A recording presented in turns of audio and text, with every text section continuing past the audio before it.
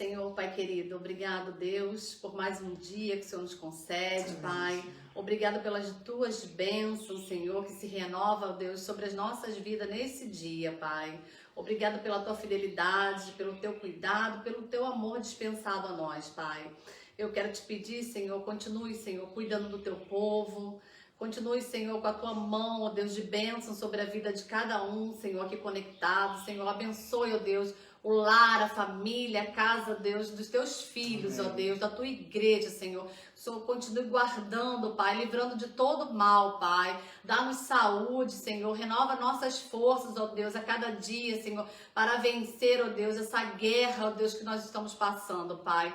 Em nome de Jesus, ó Deus, visita aqueles que estão enfermos, Pai. Em nome de Jesus, Senhor, gera cura, Pai. Nós te pedimos, ó Deus, visita aqueles que estão, ó Deus, num leito de hospital, Senhor, aqueles que estão acamados, Pai. Em nome de Jesus, ó Pai, que a tua mão de poder e de cura, ó Deus, estejam sobre a vida dos teus filhos, Pai. Amém. Consola aqueles, ó Deus, que perderam seu ente querido, Pai. Em nome de Jesus, ó Deus, que o Senhor se faça presente, ó Deus, que o teu Santo Espírito Consolador, ó Deus, visite, ó Deus, o coração de cada um, Senhor. Amém. Ó Pai, que possamos, ó Deus, estar mais fortalecidos em Ti, ó Pai, porque não é tempo, ó Deus, de baixar a guarda, não é tempo de murmurar, não é tempo de reclamar, Senhor, mas é tempo, ó Deus, de Te exaltar e glorificar, ó Pai. Por isso, ó Deus, nessa manhã, queremos, ó Deus, aprender mais de Ti. Queremos estar mais firme, ó Deus, contigo, na tua palavra, Senhor. Fortalece então, Senhor, as nossas vidas, ó Deus, para enfrentarmos os dias maus, Pai. Assim nós te pedimos, Senhor, abençoe o teu povo e seja conosco, ó Deus, nessa manhã. Em nome de Jesus que oramos. Amém. Amém. Amém. Amém. Glória a Deus, louvado seja o nome do Senhor. Amém? Amém. Aleluia. Deixa eu botar meu quadro. Colossenses, capítulo 3, do verso 7 ao verso 12. Nós paramos no verso 6 semana passada, ok? Nós paramos no verso 12, no verso 6. E agora a gente vai começar do verso 7 ao verso 12. Então vamos lá. 7, né? Nas quais também em outro tempo andastes quando vivias nela.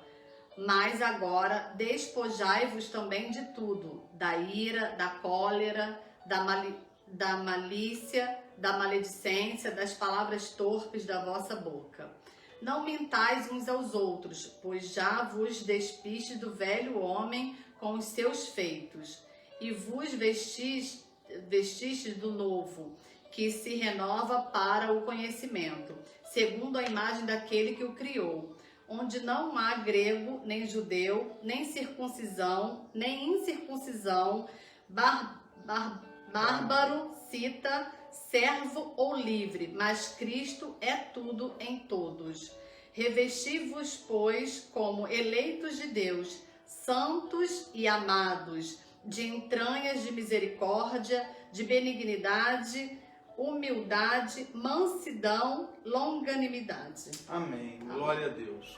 Para você que chegou agora, para não ficar solto, né, o estudo dessa manhã, porque na verdade ele é uma continuação do que nós já falamos semana passada, no verso 5, no verso 8 e no verso 12.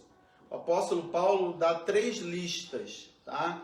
É o que nós chamamos da pêntada, que são todas as 3 listas, tem 5 virtudes ou 5 vícios, defeitos, pecados. Tá? Paulo repete isso, que era comum na literatura bíblica do Novo Testamento, fazer essas listas. E eu vou explicar um pouquinho melhor por que faziam essas listas. No verso 5 e no verso 8 são listas de vícios, de pecados, são listas negativas. E no verso 12, que terminamos hoje, lemos agora, é uma lista positiva, uma lista de virtude.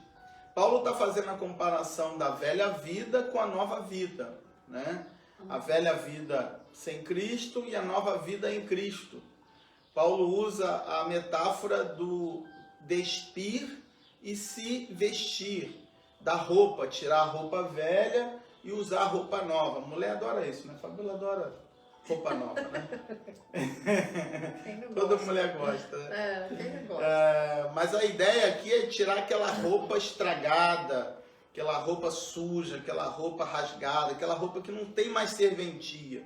De jogá-la fora, não usá-la mais, né? Ela não é aproveitável. E se vestir de uma roupa nova, tá bom? E nessa lista que Paulo faz, tanto no verso 5, quanto no verso 8, quanto no verso 12, ele faz um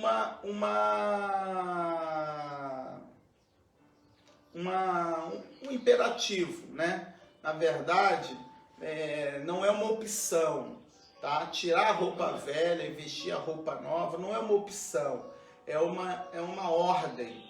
Essa é a palavra correta, é uma ordem. Paulo está dando uma ordem, o verbo aqui aparece no imperativo. No verso 5, ele fala, fazei morrer a natureza pecaminosa. Né? Fazer morrer é uma ordem, é um imperativo. Não é uma opção na vida do crente, a maldade, a maledicência, a palavra torpe, né? As coisas pecaminosas. Isso não é uma opção. Eu posso falar e posso não falar. É um imperativo. Isso não pode fazer mais parte da vida do cristão. Tá ok? Então, para você entender que é muito importante esse texto, porque andar em santidade é andar na nova vida em Cristo. E a nova vida em Cristo é uma vida transformada, é mudança. Né? O Dr. Amaury Marques, ele costuma falar uma coisa muito interessante. Ele fala assim, filhinho, crente é mudança, não tem outra palavra. É tudo novo, é tudo diferente.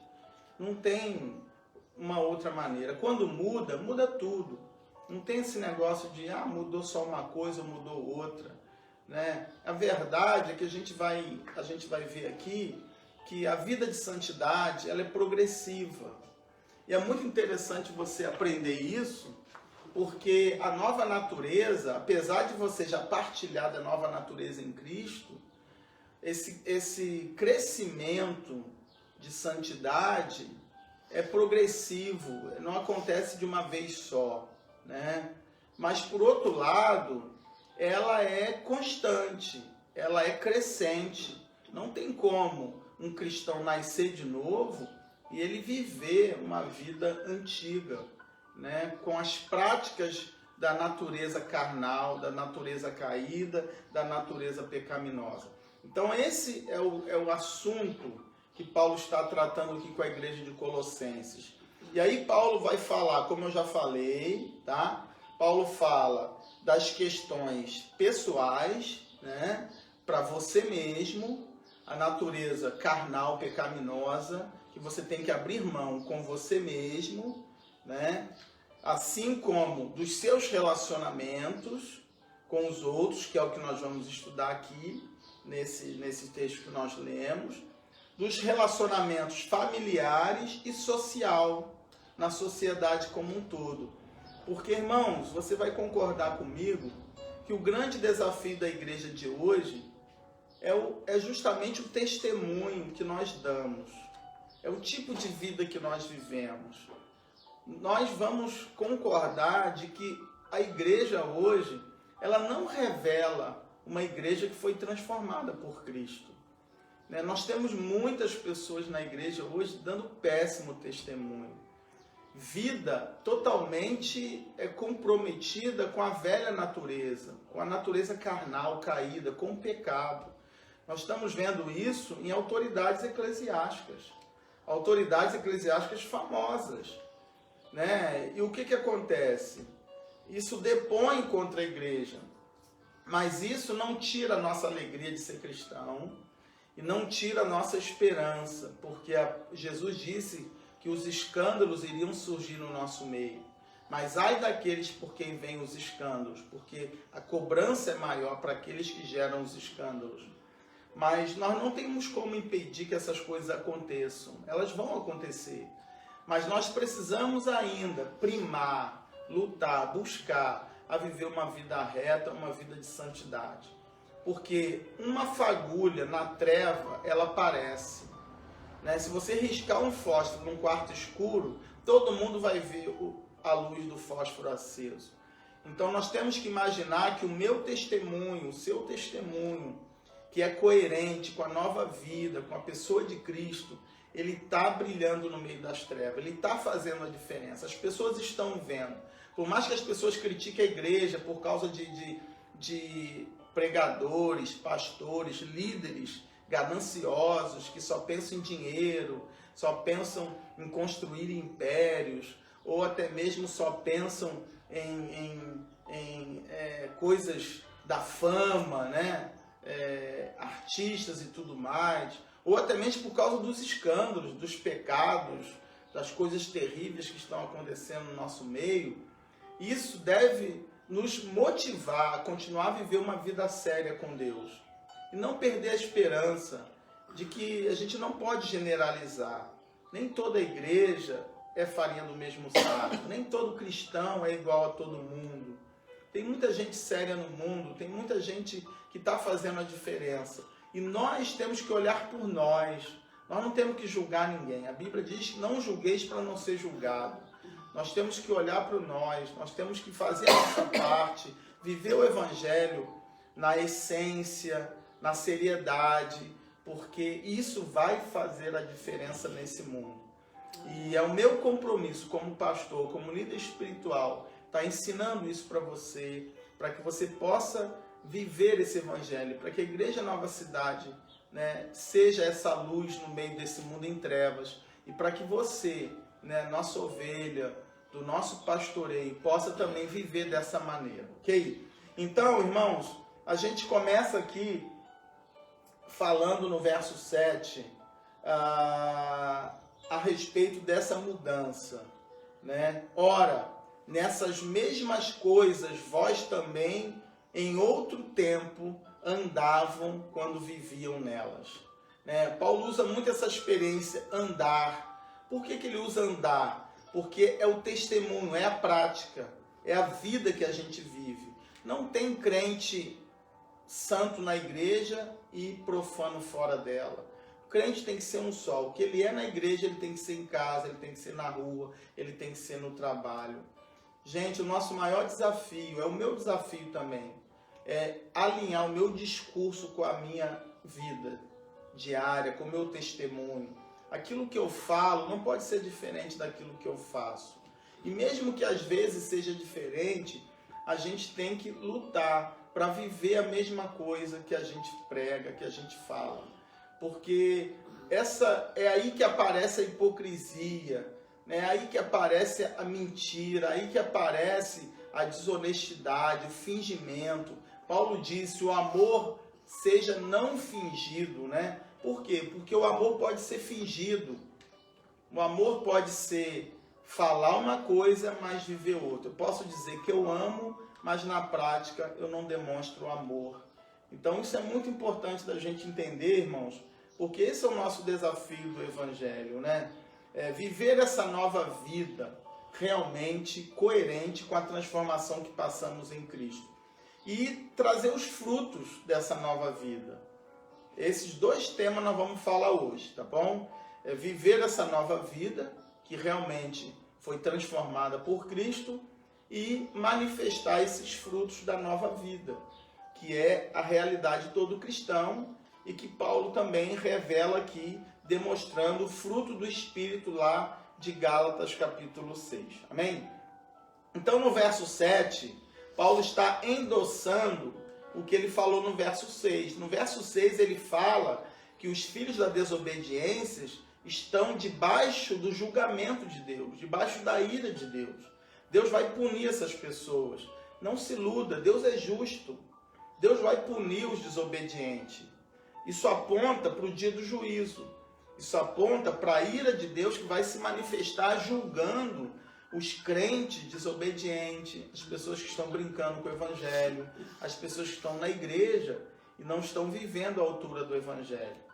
Então, não é nosso papel se preocupar com eles. Qual é o meu papel, o seu papel? É se preocupar em viver uma vida reta. É se preocupar em viver uma vida de santidade. E esse é o nosso desafio aqui.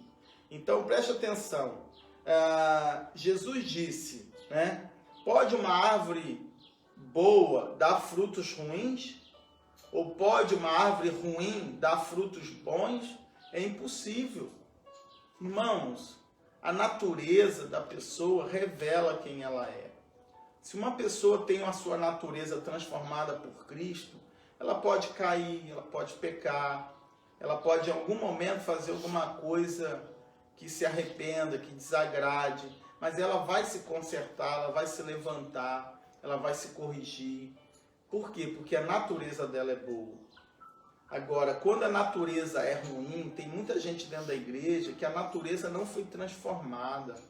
Tem muita gente dentro da igreja que não teve a revelação da glória de Deus na sua caminhada. Eu vou falar sobre isso logo mais à noite. E quando a pessoa não tem essa revelação da glória de Deus, não adianta.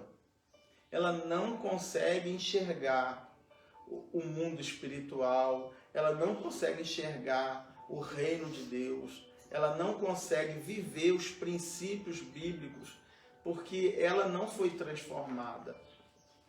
Nós precisamos de transformação, gente. Nós precisamos de novo nascimento. Quando Jesus esteve com Nicodemos, né? Ou melhor, Nicodemos foi o encontro de Jesus e ele perguntou: mestre, o que eu faço para herdar a vida eterna? O que eu faço para ter essas coisas que o Senhor diz? E aí Jesus fala: você precisa nascer de novo. É uma transformação, é uma mudança de vida. E tem muita gente na igreja que não foi transformada, que não foi mudada. E por isso, irmãos, a gente fica nessa guerra, nesse conflito. Porque a gente vai para a igreja e a gente lida com pessoas não transformadas. Paulo vai usar uma expressão aqui que é a natureza adâmica, né? O primeiro Adão. Adão representa o homem caído. Adão representa um homem desobediente, um homem que desobedeceu, que se rebelou contra Deus, que foi expulso do jardim, da presença de Deus por causa da desobediência, da rebeldia. E a natureza cristã, que é a natureza de Cristo, é o segundo Adão. É o segundo homem que Deus criou na terra, quando Cristo encarnou, como um homem obediente, perfeito, submisso, que não se rebelou contra Deus, mas que agradou, cumprindo a vontade de Deus. E tem muita gente na igreja que ainda tem a natureza adâmica. Essas pessoas, elas não dizimam, porque elas não acreditam no poder, na obediência de entregar parte que é de Deus. Eles acham que o salário é deles, eles acham que o dinheiro é deles, eles acham que o trabalho é deles, ele trabalhou por aquilo, então ele tem que fazer o que ele quer. Isso é natureza adâmica. Elas falam mal dos outros, elas criticam, elas fofocam, elas são maldosas, elas são obscenas, elas têm palavras abusivas. Todas essas listas que Paulo dá aqui, essas pessoas praticam essas coisas. Por quê? Porque são pessoas que foram convencidas, não convertidas. Elas foram convencidas a estar na igreja. Elas estão numa religião. Elas são religiosas. Elas vão para a igreja achando que aquilo ali vai ajudar ela a alcançar a salvação. Mas elas, muitas vezes, a maioria delas, estão perdidas. Elas não serão salvas. Isso é muito sério, irmãos. Muito sério. É por isso que a gente precisa, todo dia, fazer um autoexame. Senhor, me transforma, me molda. Salmo 139, a oração de Davi, né? Senhor, sonda o meu coração, vê se há em mim algum caminho mau e guia-me pelo caminho eterno. Porque a natureza cristocêntrica, a natureza cristã, ela reconhece que ela veio de uma natureza caída, mas ela não quer mais a prática da velha vida. Então ela está sempre pedindo a Deus: Senhor, minha natureza é outra, então eu não quero mais fazer as coisas da velha vida. Então me guia pelo caminho eterno, me guia pelo caminho da santidade, me dirige pelo caminho das coisas boas, dos valores, dos princípios do reino de Deus. Então isso é muito importante o cristão entender. No verso 8, aí Paulo começa a falar da figura, da veste. Agora, porém, despojai-vos igualmente de tudo isso. Aí ele dá 5 tópicos ou 5 pecados da lista negativa: ira, indignação, maldade, maledicência, linguagem obscena do vosso falar. Por que Paulo está falando aqui? Despojai-vos. E no verso 5, Paulo fala: fazei morrer a vossa natureza terrena, prostituição, impureza, paixão lascívia, desejo maligno e a avareza, que é a idolatria. Lembra que eu falei do avarento, que é pecado comparado à idolatria? Essa primeira lista reflete a nós mesmos: prostituição, impureza, paixão desenfreada, desejos malignos, pangolice, avareza. A segunda lista agora refere ao nosso relacionamento. Ira, ninguém se ira contra si. Você ira sempre contra os outros, não é isso? Ninguém faz maldade contra si mesmo, você faz maldade contra os outros. Está dando para entender? A diferença da primeira lista para a segunda é que a primeira é contra si. A segunda lista é contra as outras pessoas. Na primeira lista, Paulo, fazei, pois, morrer essas coisas. Paulo usa uma figura que era muito comum na época. Quando uma pessoa era condenada à morte, o carrasco, que era aquele que cortava o pescoço da pessoa condenada ou soltava a guilhotina, ele pegava a pessoa, trazia a pessoa a público e ele tinha uma lista na mão. E ele lia essa lista dos pecados, dos erros que essa pessoa cometeu para ser julgada à morte. É essa figura que Paulo tem em mente aqui. Paulo está aqui como um carrasco com a lista dos pecados do velho homem que nós temos, que foi morto quando nós cremos em Cristo Jesus por causa desses erros. E assim ele fala, vocês só foram mortos em Cristo. Então esses pecados, eles não fazem mais parte da sua vida. Agora você nasceu de novo. Você é uma nova criatura. Então Paulo vai dizer aqui no verso 8 que a gente precisa se despir de uma vez por todas dessas coisas. É uma roupa que a gente tira para nunca mais usar. Entenda isso aí. Então, ira, porque existe a ira justa e a ira pecaminosa, né? Jesus disse, irai-vos e não pequeis. Aliás, Paulo que disse isso, né? É aquela ira que você se ira contra o pecado, essa ira justa, contra a maldade do mundo, contra as injustiças. Isso é uma ira justa. Agora, qual é a ira injusta? É aquela ira que você ira contra o teu irmão que fez alguma coisa contra você. E aí você peca. Por quê? Porque você dá lugar à indignação, você se revolta com ele. Sabe aquela pessoa que fala assim, estou indignado. Isso é velha natureza. Eu não aceito isso. Pessoas que falam isso na igreja, já viu isso? Eu não aceito isso que o pastor fez. Eu não aceito isso que fulano falou. Isso é indignação. Isso é pecado. Isso é da velha natureza. Isso é do velho homem. Isso não pode fazer parte da vida do homem. Maldade. A maldade aqui, a palavra maldade, é a palavra no grego kákia, né? Ela é muito ampla. Ela vai de uma má vontade até você literalmente fazer o mal ao seu próximo.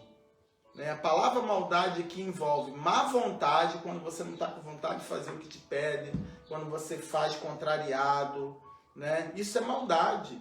Ou quando você boicota, você se omite, precisa de pessoas para ajudar alguém, eu não vou ajudar. Isso é maldade. Paulo está dizendo que isso faz parte da velha natureza, isso não pode fazer parte da vida do cristão. Maledicência é a palavra blasfêmia, você já usou muito essa palavra, blasfemar contra Deus, é você falar coisas abusivas, absurdas contra Deus, mas não é só contra Deus, é contra seu próximo. Você blasfema também contra os homens, quando você critica a pessoa, quando você julga, quando você fala mal de um irmão, quando você fala mal de um líder, quando você fala mal das pessoas, você difama a pessoa. Já viu gente difamando a outra? Fulano é ladrão, fulano está roubando. Isso é blasfêmia, isso é difamação. Você não tem prova. Quando você fala, calunia alguém. Fulano roubou, mas você não tem prova que a pessoa roubou. Fulano traiu, fulano tem mulher na rua, fulano está adulterando. Gente, olha, eu que sou pastor, estou cansado dessas coisas. Já me deram 5 amantes, né? E há pouco tempo, isso não faz muito tempo não, a Fabíola sabe dessa história. Já levantaram inúmeras calúnias, difamações. Por quê? Porque são pessoas que não nasceram de novo. São pessoas que vivem na natureza carnal, terrena, que vivem em pecados. E elas têm prazer em difamar as outras, em caluniar as pessoas, em falar mal das pessoas. E às vezes o pior é que aquelas pessoas de cabeça fraca, elas acabam sendo influenciadas por essas calúnias. Já viu pessoas que falam da outra, não tem prova, não pode provar nada, e o outro fala, não, realmente, fulano é isso, fulano é aquilo, mas não tem prova nenhuma a respeito da pessoa? Querido, nós somos nova criatura. Paulo diz lá em 2 Coríntios 5,17, assim, se alguém está em Cristo, é nova criatura, as coisas antigas já passaram, eis que se fizeram coisas novas. A nova criatura não anda nisso, a nova criatura não se alimenta disso, a nova criatura não veste esse tipo de roupa. É muito fácil a gente separar não que não compete a nós, mas é muito fácil a gente detectar o joio do trigo, irmãos. É muito fácil. Basta você olhar o fruto, basta você olhar as palavras que a pessoa fala. Ei, eu não sei se eu estou ajudando alguém aqui, mas por que às vezes algum cristão se afasta do outro? Por quê? Quando você começa a viver uma vida reta, de santidade, você não quer mais ouvir determinadas coisas. E aí você vê que aquela pessoa é uma pessoa que tem uma natureza adâmica, que não foi transformado. A luz não compete, ou melhor, não é compatível com as trevas. Elas não andam juntas. E aí o que acontece? Chega um momento que elas se separam. Lembra da separação de Abraão e Ló? Chega um momento que não dá para caminhar junto. Por quê? Um tem a natureza de Cristo, o outro tem a natureza adâmica. Um quer as coisas do alto, outro quer as coisas da terra, do mundo.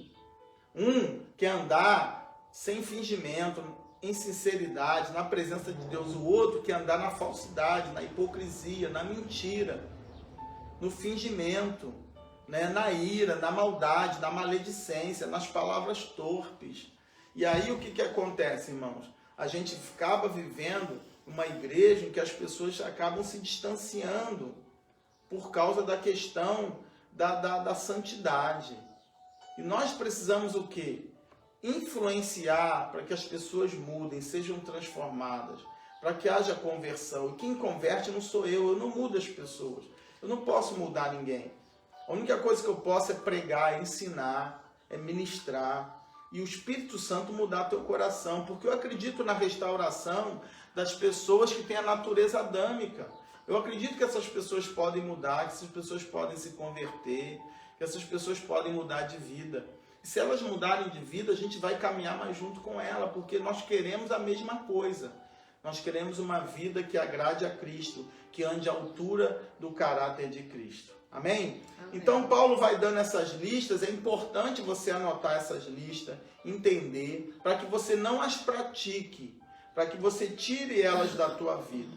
No verso 9, ele fala assim, não mintais uns aos outros, uma vez que vos despistes do velho homem.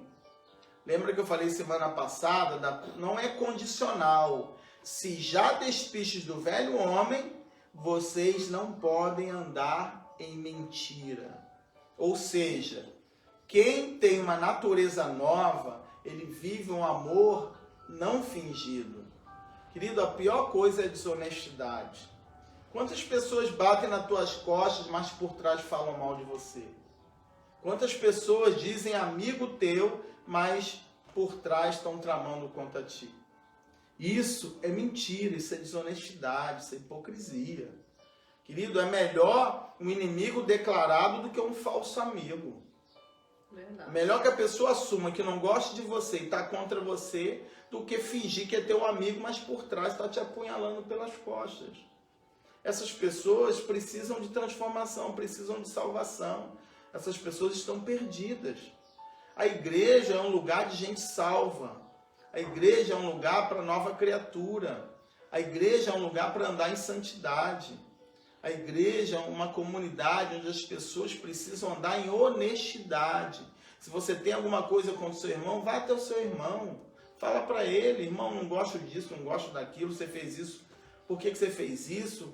Por que você fez isso contra mim? É muito mais honesto você ser sincero e falar para as pessoas o que pensa a respeito delas.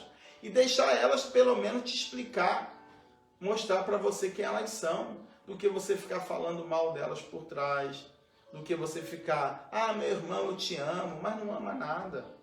Ou ficar batendo nas costas, você é uma bênção, mas por trás ficar malhando a pessoa. Então, uma nova criatura não pratica essas coisas, já tirou essa roupa da vida dele, né? Por isso que Paulo vai dizer aqui, não mintais uns aos outros. O relacionamento na igreja tem que ser um relacionamento de honestidade. A honestidade é a base de todas as virtudes, né? E a mentira é o maior de todos os pecados. É a manifestação de uma natureza carnal. A Bíblia chega a definir o diabo como o pai da mentira. Jesus disse que o diabo é mentiroso desde o início. Gente, quanta gente mentirosa dentro das igrejas, hein? É ou não é verdade? Quanta gente mentirosa dentro da igreja. Isso quer dizer que o diabo corre solto? Quer dizer que a igreja não é um lugar de perfeição. Por quê? Porque tem muita gente perdida lá dentro. Mas a gente crê, e essa é a minha oração. Senhor, se essas pessoas estão dentro da igreja, que estão ouvindo a pregação, estão ouvindo a palavra, que elas sejam transformadas. Que em algum momento essa palavra entre no coração e mude. Que elas durmam de um jeito e acordem de outro. Que essa pandemia transforme essas pessoas. Mude a natureza, irmãos, porque eu não posso mudar a natureza. Eu posso te orientar, eu posso te ensinar, eu posso te discipular, eu posso ministrar.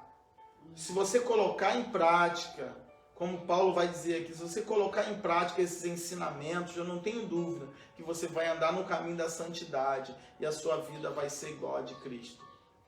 Mas se a sua natureza não for transformada, você nunca vai querer andar nesse caminho de santidade. Por quê? Porque sem o poder do Espírito Santo, sem a presença do Espírito Santo, ninguém consegue viver em santidade. É o Espírito Santo que nos capacita todo dia a viver uma vida santa. Se o poder de Deus não estiver sobre mim, querido, com certeza eu não vou buscar as coisas do alto. Eu vou buscar as coisas da terra. Por quê? Porque a minha natureza é pecaminosa, é carnal, é terrena. Mas se eu tiver uma nova natureza, o Espírito habita em mim, ele vai me levar a viver as coisas de Deus, as coisas do alto. Amém? Verso 10. E vos revestistes do novo homem, que se refaz para o pleno conhecimento, segundo a imagem daquele que o criou. Olha o conhecimento aí, né? Por isso que Paulo vai dizer, se você já está vestindo a veste do novo homem, ela se troca, essa veste que se troca. A veste que você troca todo dia é a veste do novo homem. Ué, como assim? Significa que você, cada dia, você usa uma veste de mais bondade, de mais benignidade, de mais longanimidade, de mais domínio próprio, entendeu? Todo dia eu pego uma roupa de bondade e visto uma outra de mais bondade ainda, uma roupa melhor de bondade. Significa que a bondade da nova natureza, ela é crescente, né? Coisas que eu faço hoje eu não fazia antigamente, irmão. A minha generosidade hoje é maior do que era antigamente. Você consegue identificar isso na tua vida? Isso é o crescimento de santidade. Querido, coisa melhor é abençoar. Tem gente que quando se converteu, o bolso não converteu, tinha dificuldade em dizimar, tinha dificuldade em ofertar, mas hoje elas dizimam, hoje elas ofertam, hoje elas têm prazer em contribuir, em participar. Pessoas que não participavam, hoje têm prazer em participar. Por quê? Porque elas estão cada dia se vestindo dessa nova veste do novo homem. E ela se refaz, ela se troca pelo conhecimento, segundo a imagem daquele que o criou. Que conhecimento é esse? É o conhecimento de Cristo. É o conhecimento da pessoa de Jesus, do caráter de Cristo, de se assemelhar a Ele, de ser generoso como Jesus foi, de ser bondoso como ele foi, de ser longânimo como ele foi. E aí no verso 11, Paulo vai dizer assim, olha, no qual não pode haver grego nem judeu, circuncisão nem incircuncisão, bárbaro, cita, escravo ou livre, pois Cristo é tudo em todos. Isso aqui é uma máxima do livro de Colossenses. Grifa na tua Bíblia, Cristo é tudo em todos. A base de tudo é Cristo. E é importante você entender que o que Paulo quer dizer aqui? Não há exceção nessa regra.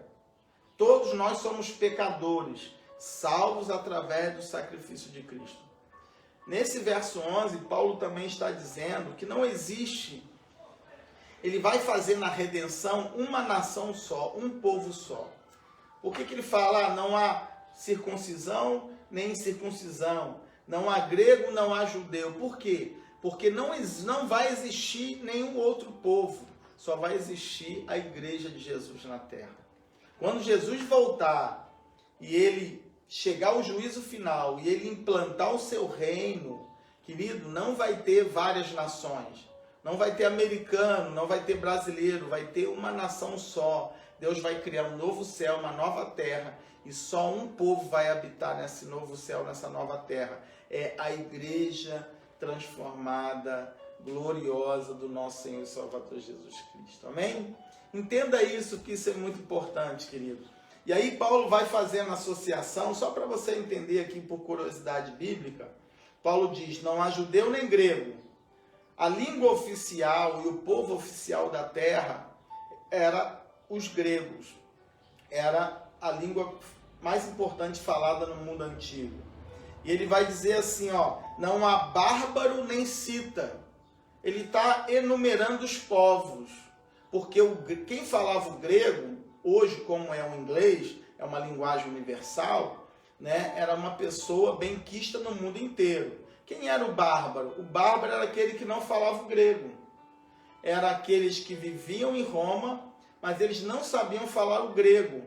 E o bárbaro, na verdade, não é um povo, né? Mas é uma classe que o mundo antigo era separado pelo idioma que você falava, pela região que você morava. Então, por isso ele fala judeu, grego, bárbaro, cita. Porque quem é o bárbaro? Como eles não sabiam falar o grego, eles tentavam falar e ficavam bar. E aí daí veio a palavra bárbaro.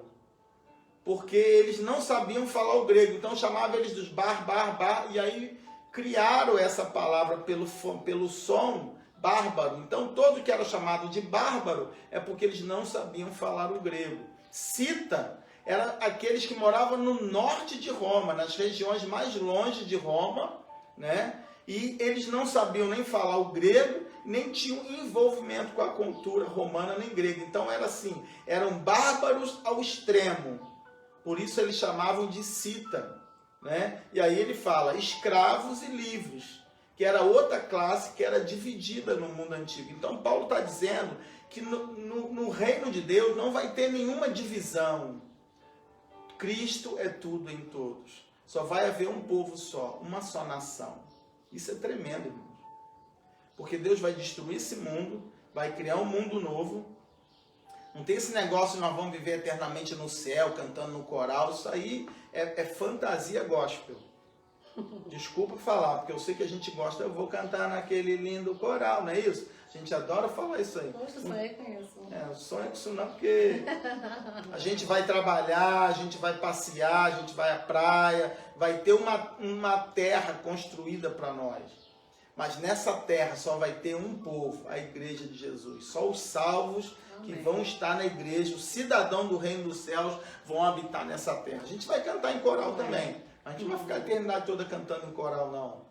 Porque isso aí, para muita gente, deve ser muito chato, né? Quanto mais para mim que sou desafinado. Imagina eu a vida eterna, você do meu lado, você vai querer ficar do meu lado a vida eterna toda, eu cantando desse jeito? Não vai querer ficar, né? Então a gente vai fazer um monte de coisa que não é só cantar no coral, né? Isso é um estudo de escatologia, mas é importante você aprender, quem sabe a gente vai chegar lá, para que o nosso povo saiba exatamente, biblicamente, como é a escatologia, mas que na verdade o único povo que vai existir é a igreja de Jesus, né? A nova natureza, ela não é implantada em um único ato isolado. Ela é gradativamente melhorada na vida do crente. Escreva isso aí. A nova natureza não é implantada em um único ato isolado. Ela é gradativamente melhorada na vida do crente. O que isso significa, pastor? Significa que eu todo dia preciso crescer nessa nova natureza. Né? Se eu sou bom, eu tenho que ser melhor a cada dia. Se eu sou manso, eu tenho que ser mais manso a cada dia. Se eu falo palavras abençoadoras, eu tenho que melhorar o meu vocabulário a cada dia. Aleluia. Aí no verso 12, ele vai dizer assim, ó: revesti-vos, pois, como eleitos de Deus, santos e amados. Olha que coisa linda. Paulo fala assim, ó, imperativo, ordem, revesti-vos, coloque a roupa nova, como escolhidos de Deus. A palavra eleito de Deus aí significa os escolhidos, amados e separados. Olha que coisa linda. Eu sou o que a Bíblia diz quem eu sou. Eu sou o filho de Deus. Eu fui escolhido por Ele, eu fui amado, eu fui separado para Ele. Não fui eu que escolhi a Jesus, foi Jesus que me escolheu. Coisa linda isso, irmão. Deus nos deu os privilégios de fazer parte do reino dEle. Então não liga para quem não tem a nova natureza, não liga para quem não quer nada com Deus. Foque no seu crescimento espiritual, foque no teu progresso. A gente perde muito tempo, gente, de ficar na internet, nas redes sociais, falando mal dos outros, mandando recado para os outros, criticando os outros. Isso é coisa da natureza caída. Isso é coisa da velha natureza. Isso é coisa do homem adâmico, da natureza adâmico.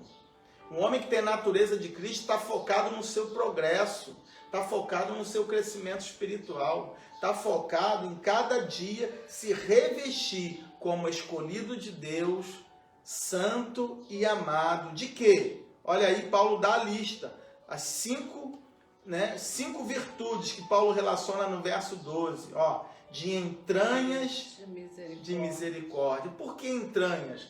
Paulo usa uma palavra, na verdade isso aqui é uma palavra só no grego, tá? Entranhas de misericórdia é uma palavra só. É uma palavra que era usada para falar dos órgãos vitais internos do homem. Não só como sendo a sede dos sentimentos, mas da misericórdia. Isso é muito interessante. Eu vou explicar. De bondade, de humildade, de mansidão, de longanimidade. Essas 5 virtudes são as mesmas manifestações do fruto do Espírito de Gálatas 6. Paulo só está endossando aqui as virtudes do fruto do Espírito. Por quê? Porque esse tem que ser o foco do cristão. O foco do cristão, na verdade, é realmente buscar essas coisas. É crescer nessas qualidades, é crescer nessas virtudes. Deixa eu explicar um pouquinho aqui. Né? A palavra entranha de misericórdia, ou afetos de misericórdia, termos afetos de misericórdia, como é na minha tradução, que é a NVI que eu estou usando aqui, significa o amor, a compaixão, a misericórdia. O que é essa misericórdia? É colocar o teu coração na miséria alheia. Misericórdia vem de miséria. É você colocar o teu coração na miséria alheia. Lembra que eu falei que a lista agora é relacionada aos seus relacionamentos? Por quê? Porque não tem vida cristã, não tem nova natureza, se ela não for vivida para os outros. Evangelho não é para a gente, evangelho é para os outros. Nova vida, por que Deus me transformou? Para ser uma nova criatura, não para mim, mas para abençoar as outras pessoas. Então, é colocar o seu coração na miséria alheia. Bondade, gentileza, generosidade. Lembra que eu falei? Crescer na generosidade. A palavra bondade aqui é uma virtude de gentileza. É um trabalho ativo. Né? É viver e trabalhar ativamente para o bem do seu próximo. Olha que coisa linda. Humildade, né? É você ser humilde, é se humilhar para cumprir a sua missão. É a simplicidade. A melhor expressão disso é Filipenses capítulo 2, em que Deus se esvaziou, Cristo se esvaziou tomando a forma humana e se humilhou até a morte de cruz. A nova criatura anda em humildade, anda em simplicidade, anda em humilhação. Essa é a vida do cristão. Como é que você vê se uma pessoa tem a natureza cristã? Olha se é uma pessoa misericordiosa, se é uma pessoa compassiva, se é uma pessoa amável, se é uma pessoa bondosa, generosa, né? Se é uma pessoa gentil, se é uma pessoa que faz bem ao próximo, se é uma pessoa humilde, simples, que anda em humildade. É assim que você vê se uma pessoa realmente é uma nova criatura. Mansidão, cortesia. A palavra mansidão significa cortesia, consideração. A pessoa mansa é aquela pessoa que ela tem autoridade, ela tem força, mas ela não usa a sua força que tem. Por exemplo, um cavalo. O cavalo tem uma força enorme, mas, no entanto, ele tem prazer em carregar o seu dono, em transportar as pessoas. Ele fica ali totalmente controlado, né? Passeando com as pessoas. Por quê? Porque se tornou um cavalo manso. Quando o cavalo é selvagem, não é manso, você não consegue dominar ele, você não consegue sentar nele, você não consegue cavalgar nele, porque ele não deixa. Assim é a velha natureza, é indomável, não é controlável, não é uma pessoa submissa, não é uma pessoa que é servo, não é uma pessoa ajudadora, não é uma pessoa que se lidera. Com essa pessoa na igreja você não consegue liderar elas, não se submete a nada, não se submete a ninguém, você manda fazer uma coisa, não quer fazer, não quer seguir orientação pastoral, não quer seguir a orientação do seu pastor. Elas são independentes na igreja, elas não estão debaixo de autoridade, elas não estão debaixo da liderança que foi imposta sobre eles. Não tem mansidão, não é nova criatura, não desenvolve a mansidão, né, na sua vida, né? E por fim, longanimidade. São pessoas pacientes, pessoas resistentes, pessoas que têm constância, pessoas que perseveram, que são tolerantes com a falha alheia e tolerante com a sua falha também. Longanimidade não é só aquela pessoa, eu custo a sair da graça. Não é só isso, não. Longanimidade é aquela pessoa que é tolerante com o pecado alheio. A pessoa caiu, vamos dar uma segunda chance para ele. Eu acredito na recuperação dele, essa pessoa pode mudar. Ah, fulano era assim, e fulano agora tá aí, ó, de novo. Não, vamos dar uma segunda chance para fulano, porque fulano pode ter mudado, já passou um bom tempo, de repente ele mudou, de repente ele cresceu. Sabe aquele discípulo, né, que trabalhou com você no ministério e se fez um monte de coisa errada, não se submeteu e saiu do ministério e agora quer voltar? A gente tem que dar uma nova chance. Isso é longanimidade. Não, vamos dar uma nova chance, vamos conversar com fulano. Fulano, você mudou? Não, eu mudei. Eu agora estou com outra cabeça, eu estou com outra postura, então estou aqui para ajudar, estou aqui para servir. Então vamos dar uma nova chance. Isso é longanimidade. É você ser tolerante, tolerante até com o pecado. A pessoa caiu, você disciplinou, se corrigiu, se arrependeu, agora você traz ela para perto, vamos dar uma nova chance para fulano. Jesus fez isso com Pedro. Pedro negou Jesus 3 vezes, e quando Jesus chegou para ele, depois lá na beira da praia, falou: Pedro, tu me ama? Apacenta as minhas ovelhas, vou te colocar como pastor na igreja. Olha isso. O cara negou Jesus, quando Jesus chega para ele e falou assim: vou te dar uma segunda chance, você vai ser o pastor da igreja. Você vai ser o pregador oficial do culto de inauguração. A gente faria isso hoje? Não faria nunca. Não é verdade? Não faria jamais, porque nós somos religiosos. Nós não acreditamos na restauração das pessoas. O cair é do homem, levantar é de Deus, irmãos. A gente não tem que julgar. A confiança é uma coisa que se conquista. Quando perde a confiança, você tem que restaurar a confiança. Leva tempo. Às vezes não é da noite para o dia. A gente tem que conhecer. Agora, quando a pessoa tem uma natureza transformada, ela vai se arrepender, ela vai crescer, ela vai caminhar de um modo diferente. Agora, quando a pessoa não tem uma natureza transformada, não adianta dar segunda chance para ela não, porque ela vai aprontar de novo. O desafio, e aí a gente precisa de discernimento espiritual e sabedoria de Deus, para discernir se a pessoa tem uma natureza adâmica ou uma natureza cristocêntrica. Se a natureza é de Cristo ou se a natureza é de Adão. Se a pessoa teve uma natureza transformada ou se a natureza ainda é carnal, terrena e pecaminosa. Eu, como pastor, lido com todo tipo de gente. E muitas vezes, querido, a gente detecta quando é a natureza transformada ou não. Às vezes a pessoa critica a atitude de um pastor. Pastor, fulano é tão bom, fulano tem tanto potencial, tanta habilidade. Querido, o que adianta ter habilidade, talento, mas não tem uma natureza transformada? De gente habilidosa, o inferno está cheio, não é, Fabiola? Verdade. Quer pessoa mais habilidosa que o diabo? Sabia que o diabo é muito habilidoso? A Bíblia diz que o diabo se transforma em anjo de luz. É ou não é habilidoso? Se possível, enganaria os escolhidos, de tão habilidoso que ele é. O diabo cura. Isso é outra habilidade. O diabo fala língua estranha. O diabo cura enfermidades. Verdade. Você já viu isso? Eu já vi isso acontecer, querido. Aí você fala, como é que pode? Pode, habilidade. Jesus disse que muita gente vai chegar em nome dele e dizer, Senhor, em teu nome eu curei, em teu nome eu transformei, em teu nome eu fiz, em teu nome eu ajudei os pobres. Jesus vai falar, apartai-vos de mim, maldito, porque eu não vos conheço. Por quê? Porque a natureza não foi transformada. Gente habilidosa, mas não é transformada. Por que muita gente habilidosa sai da igreja? Por que muita gente habilidosa larga o ministério, querido? Por quê? Porque não é bom, não tem bondade, não tem mansidão, não tem humildade, não tem domínio próprio, né? Não é longânimo, porque não tem uma nova vida, uma nova natureza transformada.